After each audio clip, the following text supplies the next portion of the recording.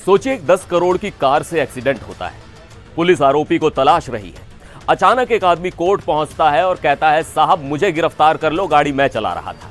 लेकिन पुलिस कहती है कि नहीं, तुम झूठ बोल रहे हो, तुम घर जाओ।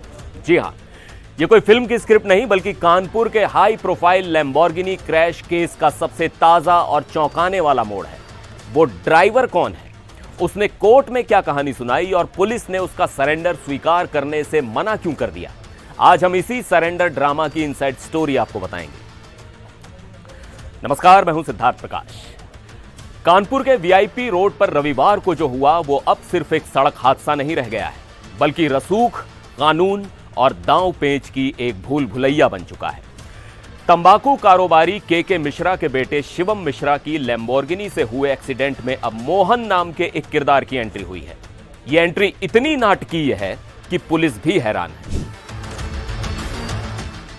बुधवार को मोहन नाम का यह शख्स कानपुर की एक अदालत के बाहर मीडिया के सामने आया। उसने दावा किया कि हादसे के वक्त स्टीयरिंग व्हील पर शिवम मिश्रा नहीं बल्कि वो खुद था। मोहन ने एक बहुत ही इमोशनल और मेडिकल दलील दी। उसका कहना है कि वो गाड़ी चला रहा था और शिवम बगल वाली सीट पर बैठा था। अचानक शिवम को मिर्गी का दौरा पड़ा, यानी सीजर आया और वो बेहोश होकर मोहन के ऊपर गिर गया। मोहन की थ्योरी के मुताबिक शिवम को संभालने के चक्कर में उसका हाथ स्टीयरिंग से फिसल गया और कार बेकाबू हो गई। उसने कहा कि कार के ऑटोमेटिक लॉकिंग सिस्टम की वजह से वो तुरंत बाहर नहीं निकल पाया। उसने शिवम को ड्राइवर सीट पर खिसकाया और खुद बाहर निकल आया। यानी मोहन यह साबित करना चाहता है कि जिसे लोगों ने ड्राइवर सीट से निकाला उसे एक्सीडेंट के बाद उस सीट पर शिफ्ट किया गया था। अब आती है इस केस की सबसे दिलचस्प बात। मोहन अपने वकील के साथ कोर्ट में सरेंडर करने पहुंचा था, लेकिन पुलिस ने अदालत में साफ कह दिया कि हमें यह सरेंडर मंजूर नहीं है। क्यों? क्योंकि पुलिस का कहना है कि उनकी जांच में मोहन आरोपी है ही नहीं। ग्वालटोली पुलिस ने अपनी रिपोर्ट में कहा है कि सीसीटीवी फुटेज, चश्मदीदों के बयान और फॉरेंसिक सबूत चिल्ला चिल्ला कर कह रहे हैं कि गाड़ी शिवम मिश्रा ही चला रहा था। पुलिस कमिश्नर रघुवीर लाल ने भी पुष्टि की है कि वीडियो में एक्सीडेंट के तुरंत बाद जिसे ड्राइवर सीट से खींचकर निकाला गया वो शिवम ही था। पुलिस का मानना है कि मोहन को बाद में कहानी में प्लांट किया गया है ताकि असली आरोपी को बचाया जा सके। इसलिए कोर्ट ने मोहन की सरेंडर अर्जी खारिज कर दी। इस मामले में शिवम के पिता टोबैको टाइकून के मिश्रा का रोल भी कंफ्यूजन बढ़ा रहा है।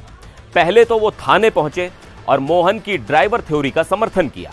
उन्होंने भी यही कहा कि शिवम को दौरे आते हैं और उसका दिल्ली में इलाज चल रहा है, लेकिन थोड़ी ही देर बाद वो अपने बयान से पलटते नजर आए।